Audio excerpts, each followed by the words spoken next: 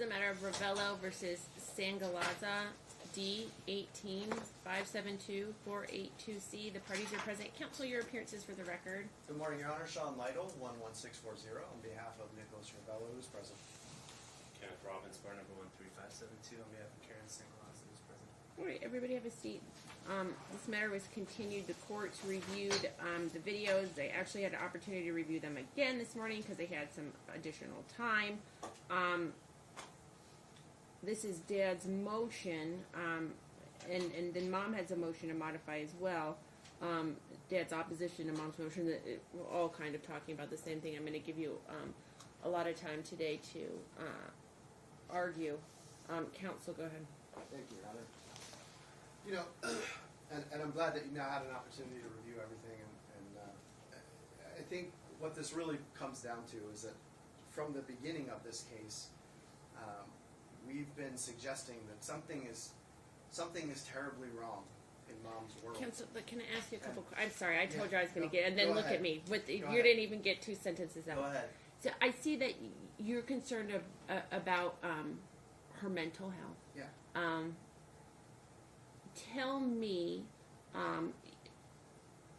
what leads you to believe that there was because you seem to indicate that there was a drastic change. Right. And your concern is that it might be postpartum depression. Tell me more about that abrupt mental health and behavioral change that we're talking about. I reviewed the videos. The courts had some discussions with her, but what don't I know about Sure. that would indicate to you or your client that there's something wrong, that there's something Right. amiss? So until approximately 9 months ago, they were a happy couple. And tell me, how long were they together before the baby? Too long. No, before the baby was born, about a year, right? Oh, yeah. So about a year of, Okay. like, they were happy, they were talking about their future together, and marriage, and all these sorts of things that happy couples talk about. Baby's born, and essentially instantaneously, and you saw, I think, in the first motion that we filed in here, all of a sudden, I'm not going to let you see this baby. Your family is crazy. I hate you. I'm going to ruin your life. Like, there's just this switch, right? That gets I don't know, flipped. but sometimes people don't like each other. That's my Sure. business. Sure. What am Right. I missing other than perhaps they just started not liking each other? Yeah, I mean, again, it's just the timing seems curiously, Okay. connected to. I mean, he was there for the birth of the child. I mean, it's not like there were problems brewing, and then they kind of, once the baby was born, they grew. It was like they went from happy couple before the baby to she can't stand him the next day, and wants nothing to do with him, and is saying all these hateful things that she had never said to him before. And that pattern has continued basically ever since the child was born. We've had, in this case, I mean, I understand it's not, at this point, it's kind of difficult, I think, 9 months down the road to say, was this postpartum? I mean, the reality is it probably would have resolved by now one way or the other anyway. But what we still see is this kind of pathogenic parenting behavior that seems to have started from the day the baby was born. And this entire case, Ms. Sangalaza has kind of been proposing this narrative of like mother knows best, and she's been given the benefit of those doubts over and over and over again. I mean, she didn't know what kind of car seat she had. She didn't know what the doctor was. My client went to parenting classes, because she was concerned that he had no idea how to raise this child. And what we're seeing is what I would call projection. I mean, what we're seeing is that really mother doesn't know best. We had conversations about co-sleeping. This whole case from the beginning, mother has been given the benefit of all these doubts. Meanwhile, my client has proven time and time again that he's willing to do whatever it takes to be the best dad that he can be, and mom keeps engaging in these dangerous behaviors. I mean, the fact that she's not utilizing a car seat helps to explain why she didn't understand or didn't know what brand of car seat she was using, because it's apparently just not even in her orbit. And so we have this pattern of, when he's around, she feels like she has to be protective and call the cops and, you know, and do all of these things to paint him as some sort of bad guy. And all he's trying to do is exercise his visitation. And we had months and months and months where this baby never saw his father, where there, even after this court-ordered visitation, there was interference with that visitation that continues even into recent history. And I just think, like, we've got to get to the bottom of, there's something that switched when this baby was born that is making co-parenting virtually impossible. I mean, I was just looking at, it's been a while since we filed the motion, but I was just looking at the Talking Parent record this morning in the hallway. She hasn't responded to him on Talking Parent the whole month of January. Not once. I mean, to basic sort of questions. I mean, she's just refusing to co-parent. And again, I think it's because, and my client believes, having known her a lot longer and better than any of us else in this room, seems to think that there's something going on here that needs to be addressed. Whatever it is, and that's not, we're not psychologists or psychiatrists, but we got to get to the bottom of it, because what we can see, what we do know, is that the result of whatever's going on with her, psychologically or emotionally, is making it absolutely impossible not only for her to co-parent, but for her to make smart decisions about how to keep this child safe. And so I think the best way to do that, and we've been asking for months, and again, we've been happy to, you know, to accept the benefit of that doubt for a while, but now we're facing some real safety issues, and I think we have to get to the bottom of what those are, so that these parties can move forward and co-parent and do the things that they're expected to do by this court. So, I mean, I think we've kind of laid it all out. I'll leave it at that. If you have any other specific questions for me, I'm happy to answer them. No, thank you. I'll give you time to respond. Counsel? Okay. So, a couple of inaccuracies in what counsel stated was they were only together for about a month prior to Miss Sengalaza getting pregnant. At 6 months pregnant, they had broken off the relationship. So he wasn't present at the time. They weren't in a relationship throughout the whole pregnancy. Hold on. Let me just say this: whether or not any of those things are true, let me explain to you why I ask and why it's important to me. Instead of them saying you're a bad person, you're incapable of being a good mom, what they're saying is they think there's something, a behavioral health issue that's going on. Okay, so that's a temporary issue. So they're suggesting that there's a temporary issue, not that this is your humanity, not that this is in your DNA, that you just can't be a good mom. Okay, so I don't really care whether it was together 10 months or together 12 months. I don't really care if it was together 6 months or 1 minute. Okay, I was asking counsel those questions because I was trying to get a sense of what was this abruptness. What else gives you concern? What else is it? Because my worry, just so that I could be totally transparent, is are we capable of being good parents? Is this a temporary issue? And if it is a temporary issue, let's put the brakes on this case and let you get the help you need. Okay? If this isn't a temporary issue, if this is who you are and it's not going to change, well then let's full speed ahead. Let's finish it up. This is why I'm asking these questions. So I don't want to fight about whether if it was a minute you were together or 2 minutes or 6 months or 10 months. But the purpose is that they weren't together for 3 months prior to the baby being born. So to say that she flipped a switch the day that she's always been like this. Birth, Okay, he wouldn't know. No. So she's always been like this. Okay. My argument is that he wouldn't know. Okay. Okay, and to say that she's not utilizing a car seat is just completely false. What the video showed that they had provided was that mom was breastfeeding the child in the back seat of the car for a period of time. She gets out of the car, sits in the front seat while your sister? Mm-hmm. Your sister's in the back seat, straps the child into the car seat. She hands the baby to the sister. You can't see the car seat through the video because you can't see into that passenger side through the window. But the baby gets strapped into the car seat. They already have a car seat in the car. So to say, oh, they took the car seat out of the trunk, so that means they're not using one, that's not true. Okay, There's so hold a car on. seat in the car. All right, so let's back up then. you should have told me this at the last hearing. If the infant carrier, the Chico Keep Fit 30 that you're utilizing to go back and forth, is not the car seat you are utilizing, and so you place it in the trunk all of the time, and you have a different car seat in the car, the time to tell me that would have been at the last hearing, all right? For the record, the video is in multiple parts.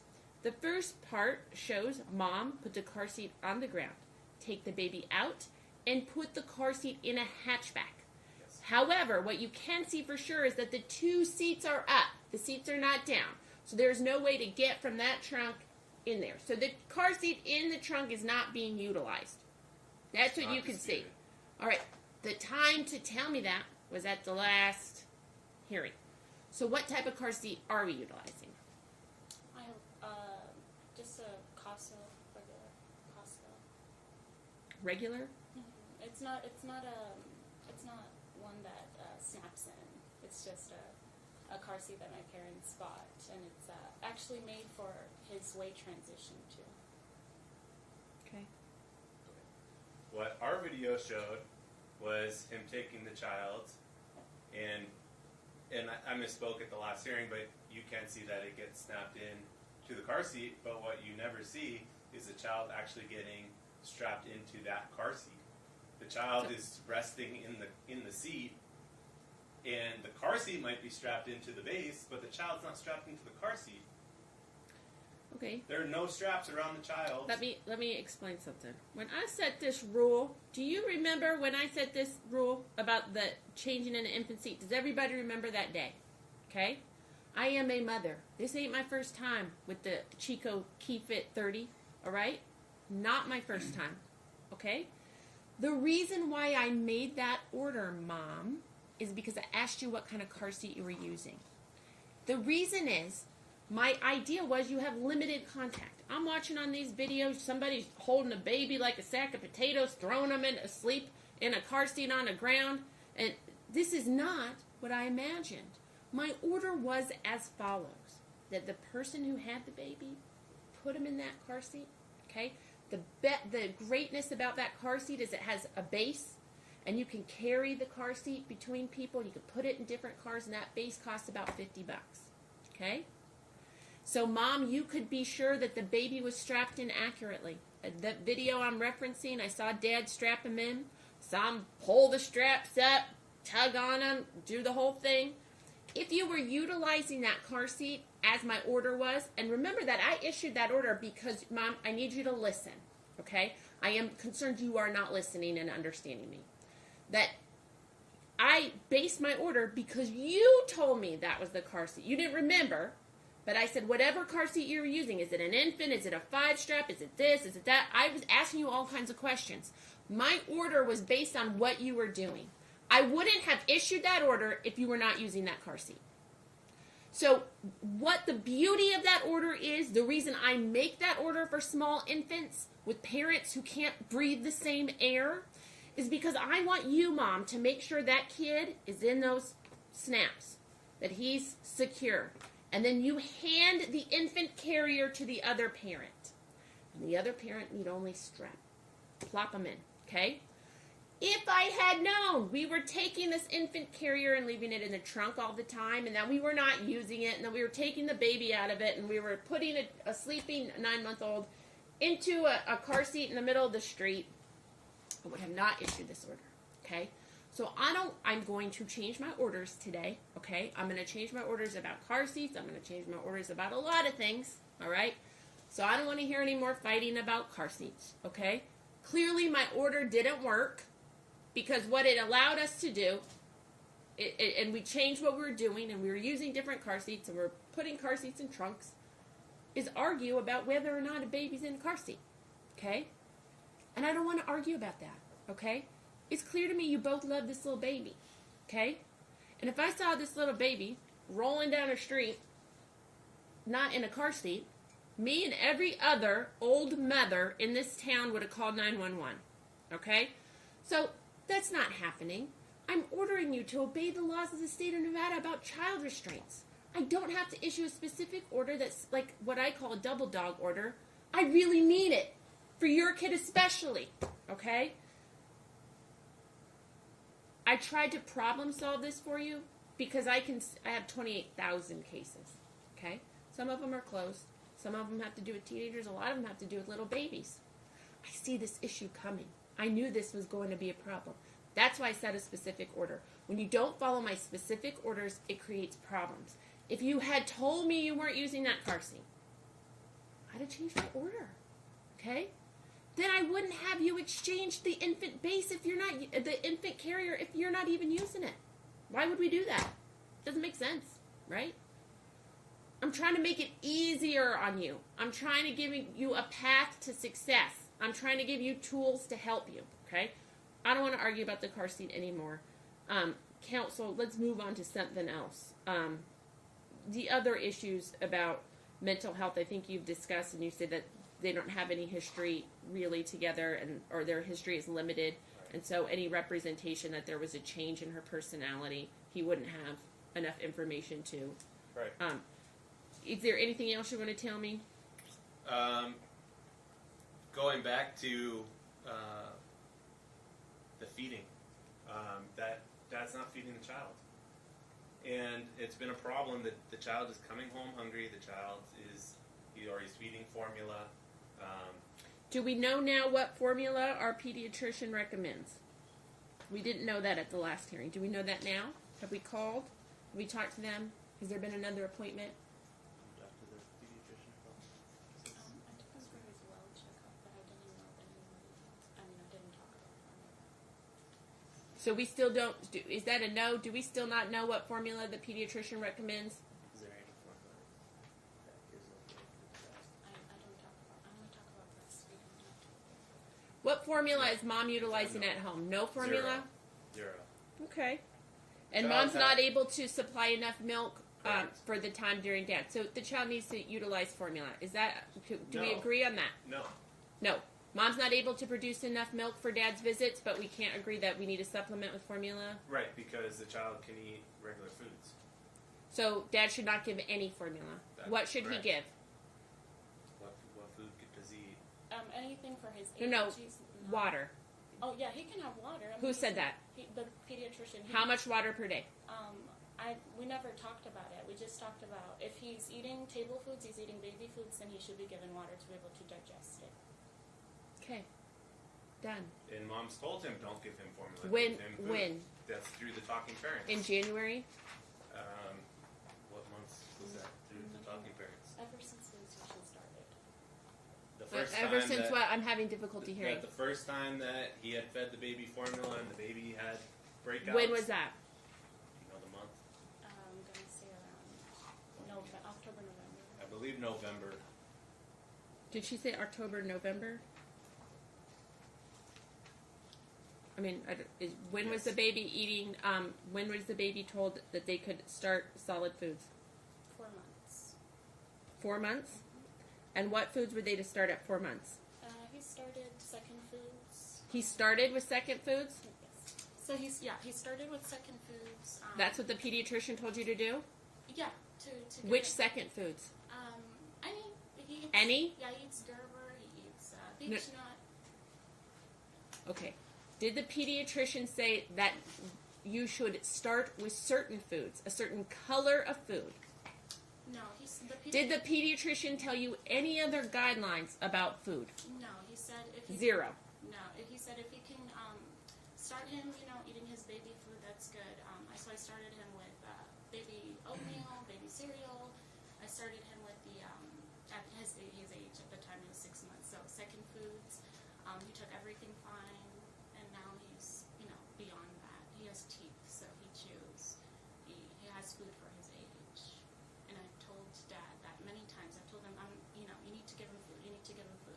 He doesn't respond to me. You think that dad's not feeding him at all? Absolutely, because when I pick up the baby, he's hungry. I've taken him to the emergency room because he couldn't lift his head. And so when I took him there, they were like, we don't really see what's wrong, but they checked him and they said, he's hungry, you need to feed him. So I had to feed him in the emergency room over there. When my baby. How often does he eat? He eats 3 meals a day, snacks in between. So about how many hours does he eat? Um, Every 2 hours? No, I feed him breakfast around 8 in the morning. He has lunch around noon. He's going to have a bunch of snacks until 5 o'clock dinner. Every 2 hours? At a minimum, he's eating something? Around, 2 hours. Okay. All right, anything else, Counselor? Yeah. He says in the Talking Parents, after she tells him, don't give him formula unless you go to the pediatrician, she tells him, when you have the child, you can go to the pediatrician and find out what he can take or not take. And his answer is, if you don't give me breast milk, I'm giving him formula or he's going to starve. And after that, she believes that he just decided to starve the child. Do you really believe that? That's what she believes, yes. Okay. Okay. Anything else? No. Okay, friends. I know that the pediatrician didn't tell you that about eating. All right. Let me be real clear. And I am certain that they recommend a certain type of formula. There are certain types of formula that are approved and recommended by the American Academy of Pediatrics. There are certain that are not. If your child has specific allergies or reaction, those are things that have to be dealt with. Formula is not the only problem or issue for a baby who develops eczema. Okay, eczema is very common in young infants. It is especially common during the fall when we start to turn on our heaters because their skin is sensitive and that heater can dry out that skin. The doctor is first going to tell you to limit their baths, right? Because the eczema is exaggerated by baths. Make those baths short, okay? And they're going to tell you to put a humidifier in their room. They're going to tell you all this other stuff, okay? Eczema does not equal formula problem, okay? Mom, you have been extraordinarily uncooperative in giving information. If there is a specific formula, I've asked you twice, okay? What formula does the pediatrician want you to give? You absolutely refuse to do it. Absolutely refuse. I asked this question. It was an issue for me last time. You've been to the pediatrician since then, and I got nothing else, okay? You got to ask. If you want something to happen, name it. I've had you name every single thing. What car seat are we using, Mom? What's the schedule? Name me the formula. Do this. What are you doing? What food are you giving? We're taking your lead here. You're not being a good leader, okay? Because you're not giving the troops the information, okay? Babies eat quite often. Babies are hungry a lot. You know what else they do a lot? Soil their diapers. Why? That's what babies do all the time, okay? Just because the baby's hungry when the baby gets to you doesn't mean that he's starving him. You want me to believe that the dad is not feeding the baby on purpose? He's withholding food, water, formula from the baby on purpose. To spite you? To be mean to the baby? That doesn't make any kind of sense. Okay? None. It is developmentally appropriate for a baby to eat multiple times per day. And you know, parents, you know, every parent knows. Sometimes that baby won't eat a lot for breakfast for a couple of days. He doesn't eat a lot. And then suddenly they're ravenous. And they eat more in one day than they've eaten in weeks. Right? That's developmentally appropriate for an infant, for a toddler, for a young kid. Why? Their bodies need it. Okay?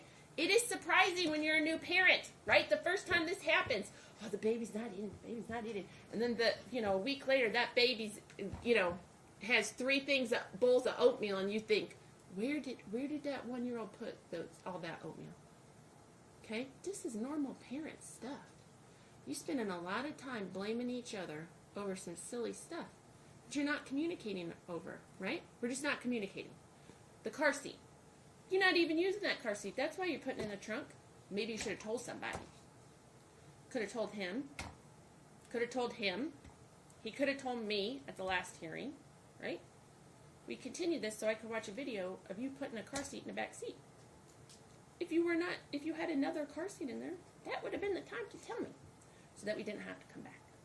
Okay? I've been concerned about some of your parenting choices. Okay, and you know that. Co-sleeping. You told me your pediatrician told you to co-sleep. Okay? You did. And I told you I was real concerned about it. You know how many kids died in Clark County last year from co-sleeping deaths? I do. A lot. It's not appropriate. Okay? I asked you to speak to your pediatrician about it. I'm certain that your pediatrician told you not to do it anymore. I was so certain that I asked you for the name of your pediatrician because I want it on the record of who said that out loud to who. Okay? And they can deal with the Metropolitan Police Department about their advice. Okay? So in this case, there's to be no more co-sleeping. All right? Because I'm not concerned that you're making really informed decisions about this baby. Okay? Mom, you got to name a formula. All right?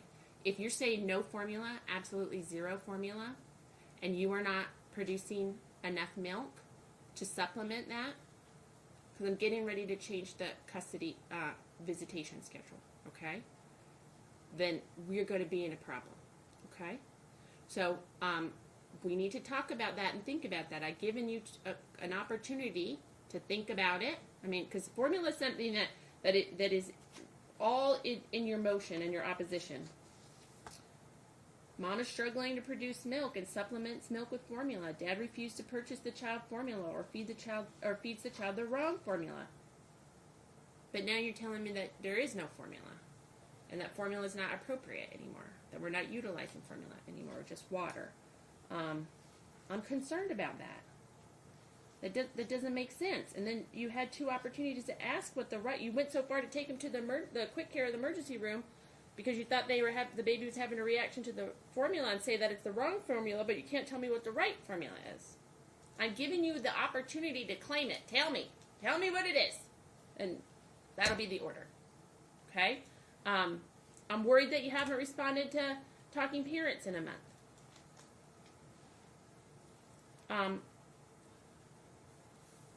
I would expect, look, I gotta tell you something. You know I'm a mom. I had more babies than goodness, all right? I'll tell you one thing. You put that baby in a car seat and you go somewhere, especially if they're in their Sunday best, they're going to have a dirty diaper, right? It's Murphy's Law. Stuff happens, okay? There are going to be dirty diapers. To think that Dad's not changing the diaper, I'm going to issue an order that this baby's diaper is changed every 2 hours, whether the baby needs it or not, okay? That's how it's going to be. I expect that you're going to change that baby's diaper before you put him in the car seat. But I cannot order your baby not to have a dirty diaper while they're in the car coming to you. Okay? That's developmentally appropriate. This kid's going to, sometimes you got kids that just throw up in the car and they're just going to throw up all the time. Hopefully you don't have that. But we can't stop that. That's what's going to happen. Okay? There's a lot of blame here. And I'm not really getting what's really behind it. I'm trying to get to the bottom line. Calling the cops, going to the emergency room all the time, but then not giving the information. That's what I'm worried about. Counsel, I think these parties are exchanging too frequently for the child's age. I know we have a calendar call coming up in March, an evidentiary hearing. What schedule makes sense for them from now until the calendar call and evidentiary hearing, counsel? I'm just concerned that it's just too frequent. And if breast milk is no longer an option and the baby needs water instead and there's no formula supplement, do we really need to have these parties seeing each other this often? This schedule was crafted for a baby who was a small infant that was breastfeeding, and we gave great deference to mom's concerns and requests. But now I think this back and forth so frequent puts these 2 in the same space just too often, and is not. I think it's making the situation worse at this point. It's not helping. So, is there a schedule that you think works? Is mom's working as a server? What is her schedule like?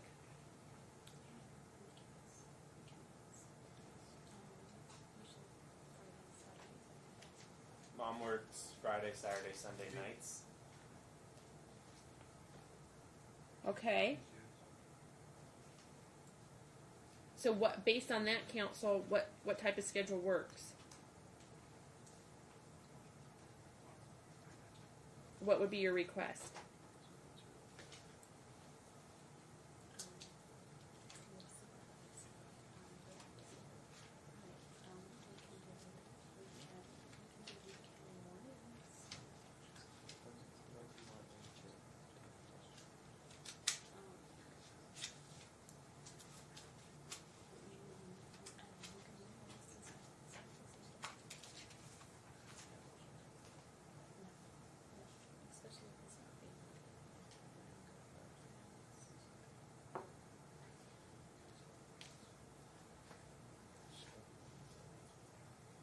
Hunter, he right now he's not having overnights, so I don't know how we're gonna do less frequent visitations if he's not having overnights. Okay, well, I'm getting So ready. I mean, she's I'm getting ready to change that. I think it's time. I'm real concerned about what's going on. There's too much back and forth. She's no longer, even for the day she can't, breast milk is not being provided. And so that was our concern before, right? That he have that breast milk and have that the visitation schedule be operated under that provision. These people are just seeing each other way too much. I don't want you to go to the police all the time. I don't want you to be in the emergency room. I don't want all this. Okay, this is tough. This is a tough schedule. It's unrealistic that this would be a permanent schedule. This is a schedule for a very, very small baby. Julian's 9 months now. In April, he's going to be a year old. You know, this is not a permanent schedule, and I think everybody knew that. This was to get us through these tender years, tender months, really, and get us to a point where we gotta get him on a schedule. And I told you from the beginning, this is a joint physical custody case. but he is still breastfeeding, and she would like to continue to breastfeed. Okay. Anything else? So what schedule would work? She's still requesting that Dad had daytimes on the weekends. Daytimes on the weekend? Okay. Counsel, what do you think is appropriate at this juncture? You know, I think probably at this point we need to be looking at like a 3-3-1 or a 2-2-3 something, or they're alternating weekends. Weekends are going to be tricky for both of them. She just said that's when she works. My client's a professional poker player, so the weekends are an important time for him to make his living as well. But you know, I think we need to either be alternating, you know, a 1 day a week and then splitting the remainder of the week, or maybe alternating a weekend, something along those lines. Counsel?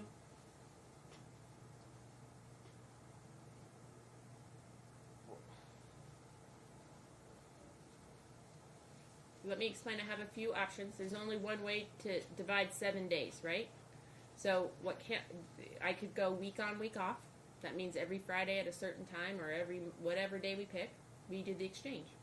The baby's with you for 1 week, the baby's with you for 1 week, and we just go and we just do that. Or what counsel suggested, I think based on the age of this child, and that a week is a very long time to be away from your child, a 2-2-3. Which means this: one parent would have every Monday and Tuesday, one parent would have every Wednesday, Thursday, and they would alternate Friday, Saturday, Sunday. That works for a lot of people who have children of this age, but it requires you to be it requires you to have more connection, more opportunity to see each other, those exchanges. I don't like it for bigger children. Older children, I usually don't ever order that. I would order a week on, week off if I'm concerned about your ability to be in the same space. So, if counsel, do you want to weigh in? Mom would prefer if it was just Dad had every Friday to Sunday or Monday, rather than switch off every 2 days or 3 days. Okay. So I try to take advantage and maximize both of your work schedules and your time with the baby. My concern is that if, I would always give you whatever day off you had. I would want to make sure that you had. What you're requesting is that Dad always have the time that you're working and he's working. Well, if he's saying he's a professional poker player, you can do that at any time, 24 hours. Is that how it works? No. Yeah, poker. I used to be. I was a professional poker player for 10 years. You can play poker at any time, any day, any hour of the day. I was a professional poker player. The tournaments are not at weekend nights. The tournaments last every day, all day. There's tournaments at every single hour of the day. Okay. Every day of the year. Anything else? All right. This is what I'm going to do. I'm going to do a 2-2-3 schedule. Mom's going to have every Monday and Tuesday. Dad's going to have every Wednesday and Thursday. We're going to alternate Friday, Saturday, Sunday. Let's talk about the pickup and drop-off procedure and how we're going to do that pickup and drop off and the times. I know that Monday, Tuesday, Wednesday, Thursday will be a little bit easier to name the pickup and drop off time. Is there a time that works better for the baby's schedule at this stage? What I'm saying is I don't want to set you up for failure. If that baby goes down for a nap every day at 2 p.m., I don't want to set pick up and drop off at 2:45. You know what I'm saying? Like I want you to work with the schedule, okay? Do you understand that? So is there a time that works better with his schedule for the pickup and drop off? On what days, sir? Let's talk about Monday, Tuesday, Wednesday, Thursday first. So those exchanges,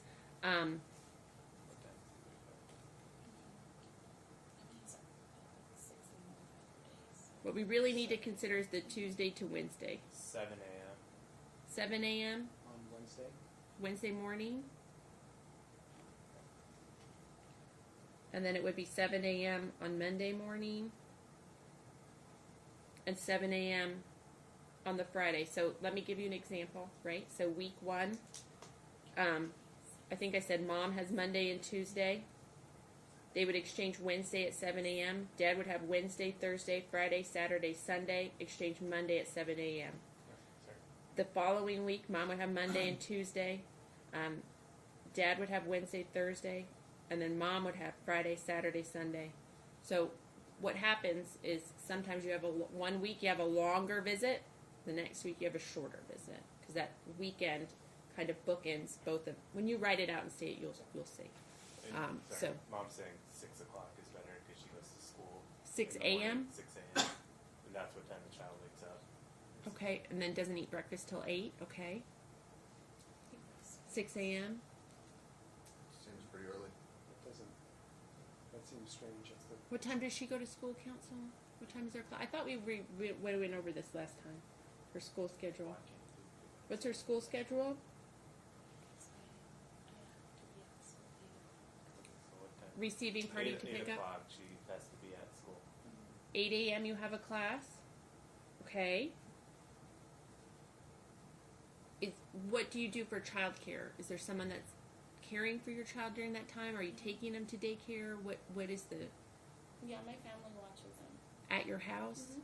So can we still do the pickup at 8 a.m. and your family could help assist with that exchange? I'm sorry, I'd rather be there. Okay. we'd rather her not there. And I mean, again, because of just the history in this case, it seems to be. There's already an order that they not talk. There's no reason for her not to be able to be there.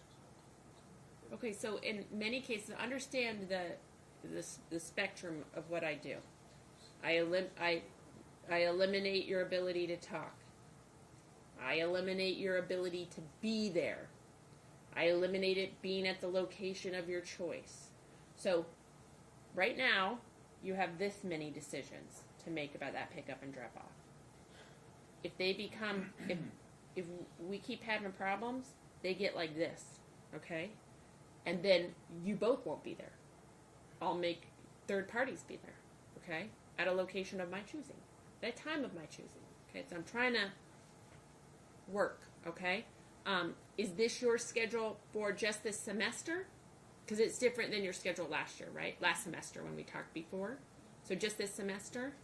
And then in the summer it will be different again? Okay. And you remind me, is it at, you're going to UNLV? Okay. And so you've got to be at UNLV probably before 8, right? To get to class at 8, right? Yeah. Okay. So you prefer it at 6? Are you leaving the house at 6? What are you doing at? When are you The leaving? pickup will be at 6. Why do you need to pick up at 6 if you go to school at 8? If you go to school at 8, is the question. Okay, no traffic. Okay, so What time do you leave the house in the morning? I leave around 7:30. You leave your house at 7:30 to get your class at UNLV at 8. My But you class is at 8:30, but parking and then okay? So it's at, right. Okay, so you need to be there at 8. So you're leaving at 7:30 to be there at 8. Okay, can we do the pickup at 7 a.m.?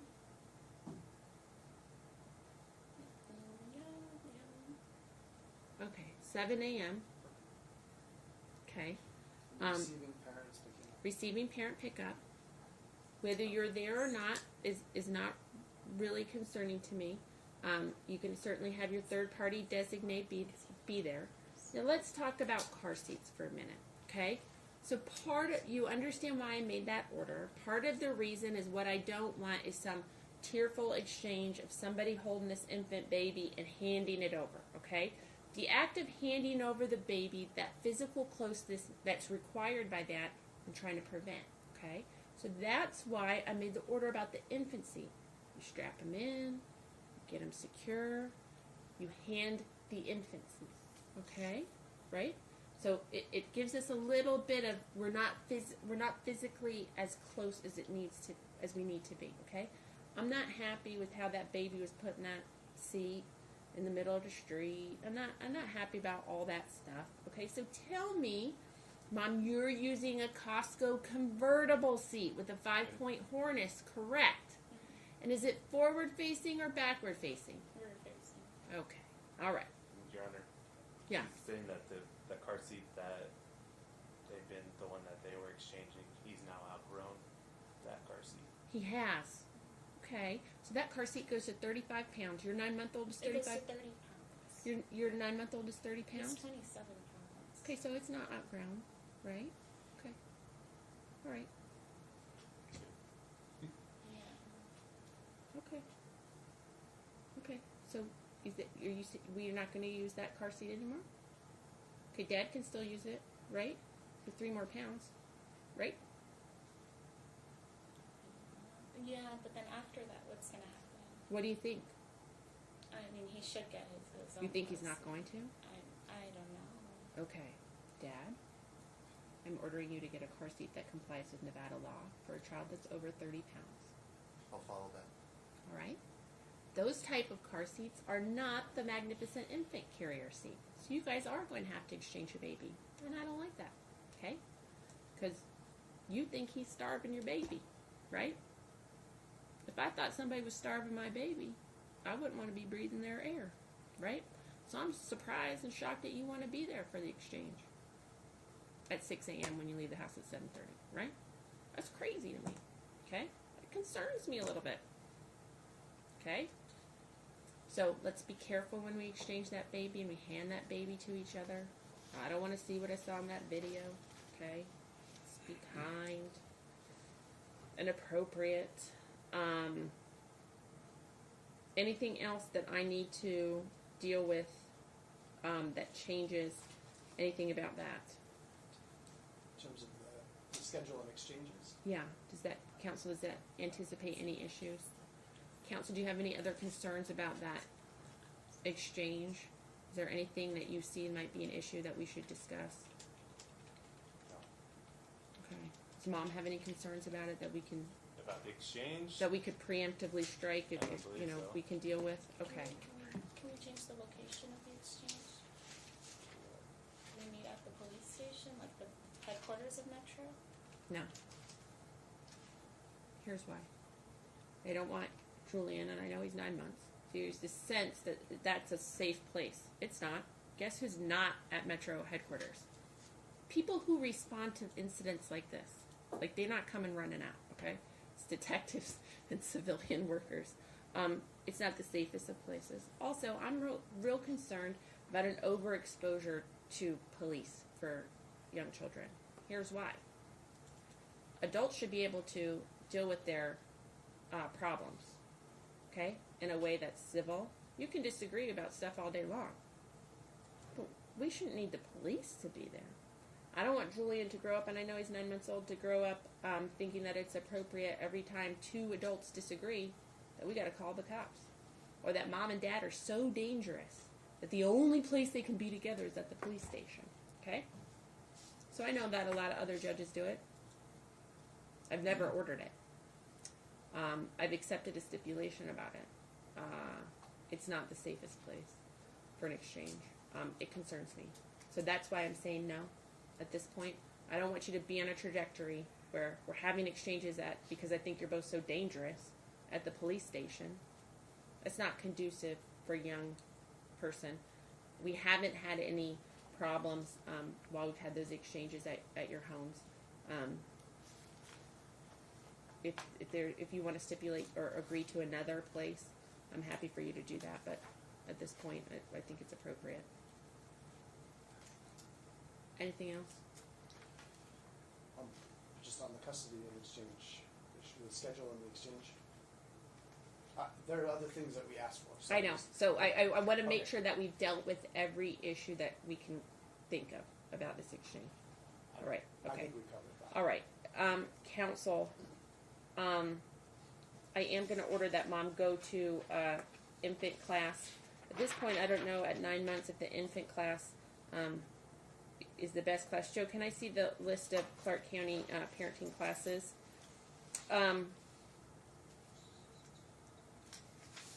Council, I'm going to deny your request for a psychological evaluation. I know this is the second time you've raised it. I think council argues that there haven't been abrupt mental and behavioral changes, that perhaps undergoing a psychological evaluation would have taken the wind out of your sails, so to speak, and taken that argument away from you. And certainly the court has made no secret of my questioning of some parenting decisions and communication issues. I am going to order that within 48 hours, each parent respond to any message on Talking Parents. It is going to be important that we do that because we have to exchange information, okay? We have to. We've got to do that, especially now with this decision. And I think I told you before, I don't expect you to talk in a way that perhaps, I don't think, and it's important that you listen. I don't think that it's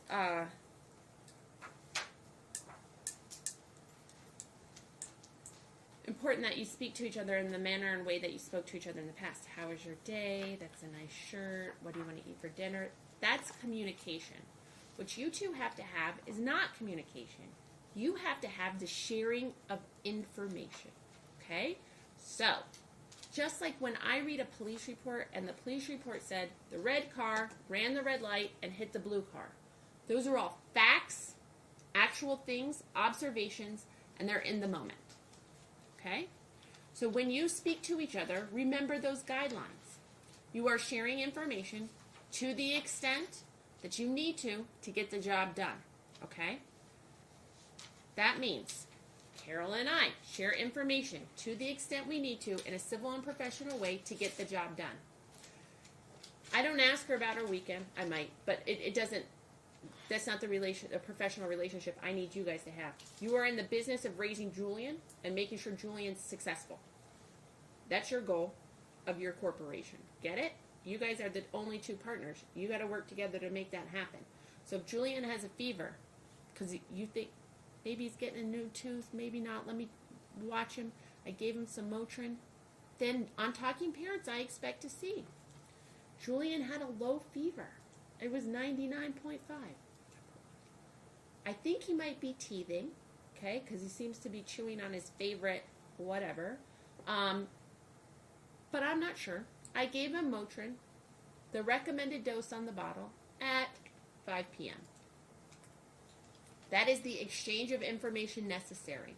Okay, so that when Dad gets him and he's slobbering and he's putting everything in his mouth, Dad can make sure and have the ice chewer or what things that for teething, and make sure that he has his favorite thing for teething, and not give him a double dose of Motrin. You guys don't want that to happen, do you? No. You got to share that information so that Dad can see it and say, okay. And then Dad, when you give him another dose of Motrin or it seems to have subsided, you tell Mom, you know, the fever went down. I checked him again. It's 98. He seems to be chewing on some stuff, but no fever. I didn't give him any Motrin. This is information for a 9-month-old we have to exchange. All right? Food and food allergies are important at this time and can show up in eczema. Sure, right? So when you introduce a new food, you have to only introduce one new food at a time. That's what the pediatrician told you, right? For a certain number of days, 3 to 4 days. So if you introduce a new food, gotta tell each other, right? The doctor told you can't give raw honey, you can't give certain things, you can't give this, you can't give that, right? You have to work under those rules, okay? Mom, if you get information, you can't hoard it, okay? Why? It's not good for the success of your business of Julian. You got to share that information. So if the doctor tells you you cannot give this kind of formula, you got to tell him, okay? To the extent that mom is going to supply breast milk, Dad, that milk, if it's supplied to you at the exchange, that will be utilized first, okay, before any formula supplement is utilized. Do you understand what I'm saying? Is she going to provide it? If she does, Okay. okay? If she's able, if she wants to, if all those things, the ball's in her court, if she does that, then you will supplement. Because we do not know what formula the pediatrician is requesting, Dad, next time you have the baby, you need to take the baby to the pediatrician. I need to know his or her name. What's the name of the pediatrician? We didn't know this last time we were here. Any Southwest Medical. I mean, No, that's not what we're doing. What is your baby's pediatrician's name? right now he's just last seen Vera, Dr. Vera on Flamingo at Southwest Medical. At Southwest Medical? Do you go, who was the pediatrician when the baby was born? Who was your pediatrician that you picked? Southwest Medical. His insurance sends him to Southwest Medical, and you can go to anyone. They transfer records. They all have one database. It's one big company with different offices. So as long as you call and make an appointment, you can see the pediatrician. They're gonna have all the records. What insurance do you have? He has children's health insurance in Nevada. Is that Medicaid? Yep. Count, sir? What were you going to say? I have a pediatrician that I'd like to visit, close to my apartment. Okay, is it a group? What's the name of the pediatrician? I don't know the name right now. Okay, so here's the thing. Most pediatric groups take Medicaid. Some don't. If you choose to take the baby it seems as though it's not assigned to a specific pediatrician, but to Southwest Medical, which is not a pediatric office, but has regular doctors. No, they have pediatrics. They have, no, but they do it all, right? They have a pediatrician, but they also have, if you were sick, you could go to Southwest Medical. Correct? Yeah. Okay. If you want the baby to see one pediatrician at a location that's close to your house, I'm going to allow you to do that, okay? Pursue it because he doesn't have one pediatrician right now. You need to give mom notice in writing of that person's name, the pediatric group. If there is a cost associated with that's higher than what it would be, do you pay anything for a copay? You pay zero copay at Southwest Medical. You will be 100% responsible for that copay, okay? Or if you're just going to pay cash or pay whatever it is. I'm going to allow you to go there and follow their recommendations about formula supplements, about an eating schedule that's appropriate for a 9-month-old, and what types of foods the doctor would like the baby to eat, and in what schedule and in what fashion. Many times they say we're going to start with greens, things only colored green, because they're much easily digested, and we only introduce one new thing every 3 days, and we keep a chart and a schedule. Okay? That isn't what Southwest Medical told you. We started with stage 2 instead of stage 1. They didn't give you a schedule about introducing things, and they didn't give you a schedule about the color or how things are digested. That concerns me a bit.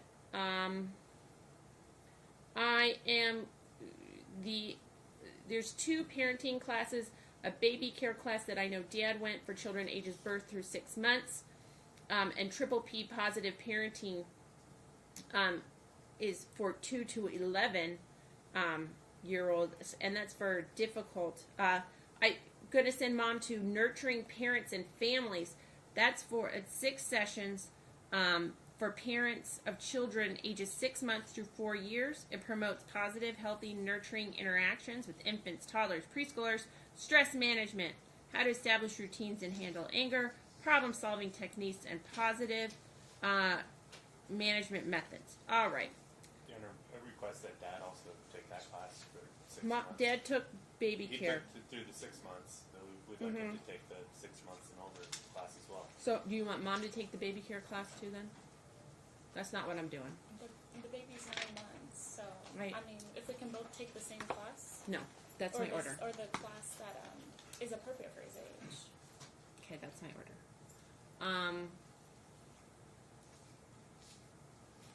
We coming up to evidentiary hearings.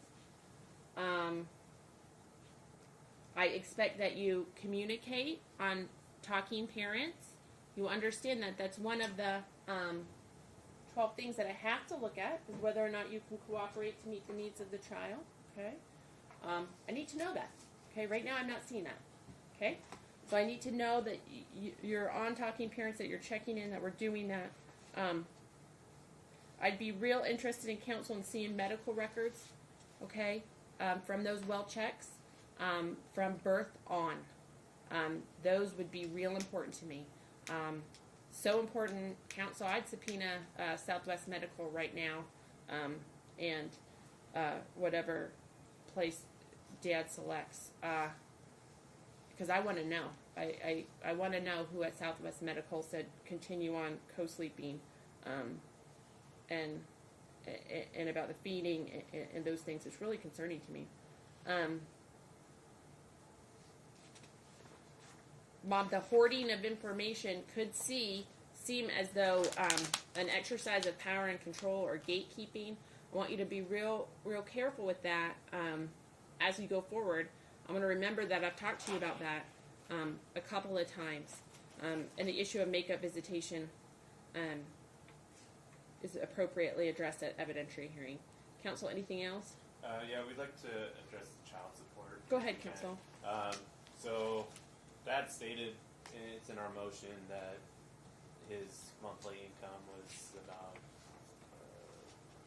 $1,800. Right, and I you just believe. think that that's not true, and so you want him Correct. to file a new one? Correct. I don't believe that's true. Either he's not playing poker at enough hours, or maybe he's not as good of a poker player as he may think, or he's not disclosing how much he's making. So I'd like to see some kind of records. That You asked for show. a profit and loss. Counsel, Right. have you subpoenaed the appropriate records from casinos regarding his... No, but the casinos don't keep track of how much you make playing poker. Okay, so we're going to rely on Dad, and we're not going to... Well, I'd like to see some kind of record.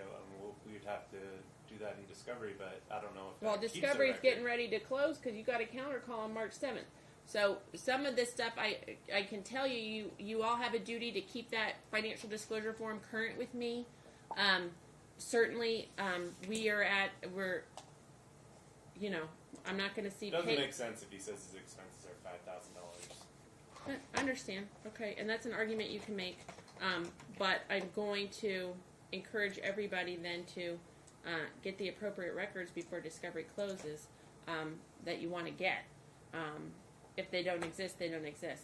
I can order you, counsel, to update your financial disclosure form and make sure that it's current with the court and that's an accurate reflection of those things. Certainly, We would do that before calendar call. the parties could exchange tax returns or tax documents. The parties could exchange other things. Those are all a function of Discovery. And certainly counsel can argue that, $1,800 a month and with your expenses at $4,900 a month doesn't make sense. And that I should impute income. That argument is for evidentiary hearing. And so we'll get there. We had asked right now for, at least until the evidentiary hearing, for child support abatement. Again, that stemmed from us asking for temporary sole physical custody, which we're now doing temporary joint physical custody. I still think under the circumstances it might be appropriate, but it certainly doesn't need to be adjusted. It should either go away or stay at the current levels. I think those are the two options until we get to evidentiary Counsel?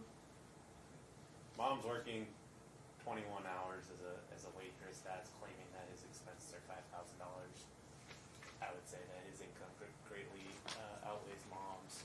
Well, no, I looked at it, and Mom's making $1,479. That's pursuant to her FDF she filed on January 17, 2019. Dad's making $1,856. They have joint physical custody. If I Right. do the calculation, that means 18% of Mom's is $266.22, and 18% of Dad's is $334.08. If I take the difference, it's $67.86. That'll be the amount that Dad pays to Mom until further order of the court. That's believing that he's making that amount, which any reasonable person would not be able to believe that based on his expenses. Counsel, I have to take the numbers that have been provided to me. If you believe he's lying, or he's fibbing, or he's padding this, then we'll certainly hear about it at the evidentiary hearing, and I'll take a look at the records, and I'll make a determination. And if he is lying, certainly I can reallocate and go back in time and change everything, reduce it to judgment immediately. So that's the order that I'm making. That's the statutory calculation that's required. I do need an order from today. Counsel, you'll prepare the order. Counsel, you'll sign off. I'll see everybody back for calendar call on March 7th. I apologize, Your Honor. One question did occur to Yes. me, which is the upcoming weekend. I don't think we decided. My proposal, again, would be that should be my client's weekend. I believe he was scheduled a visitation today anyway, right? It's Wednesday today, so I would suggest that perhaps we do an exchange shortly after court at some point today, and then he has this upcoming weekend, and then there will be an exchange back to Mom on Monday morning. Counsel, the baby's with Mom right now, and today's Wednesday.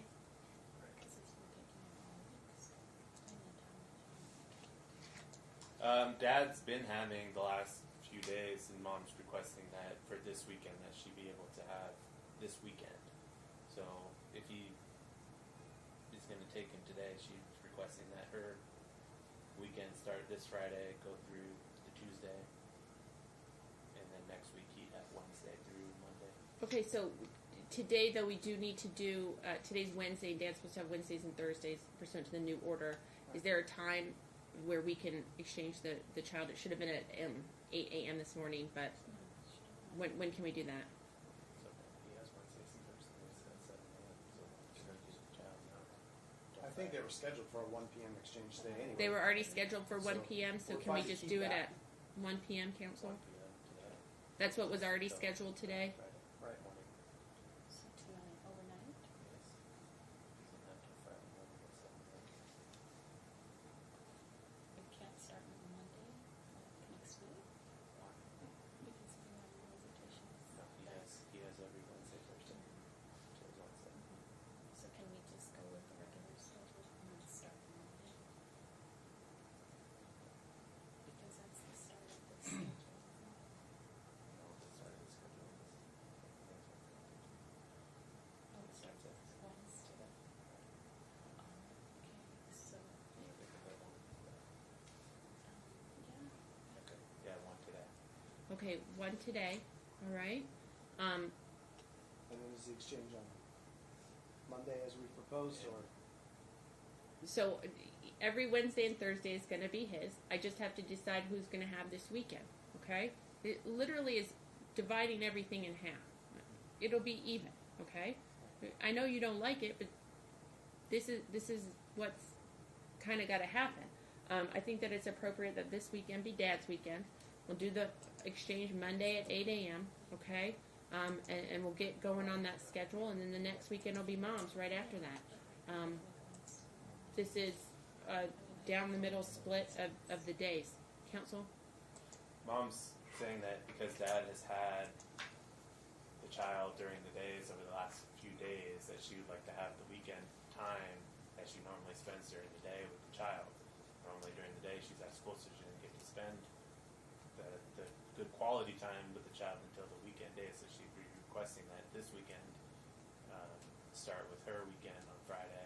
So he's been having 21 hours or so a week of visitation since November. Before that, he had 0, and even that 20 some odd hours has been routinely interfered with and denied. So I don't think that the fact that he actually exercised visitation pursuant to the previous parenting plan the last 2 days has any relevance. I think this weekend needs to be his. There's some connection work that needs to go on here. And this he'll is have best that for way the next that 2 to days. Okay, so this is going to be Dad's weekend, as I ordered. Monday will be the pickup. Okay. All right. Thank you. Good luck. Thank you.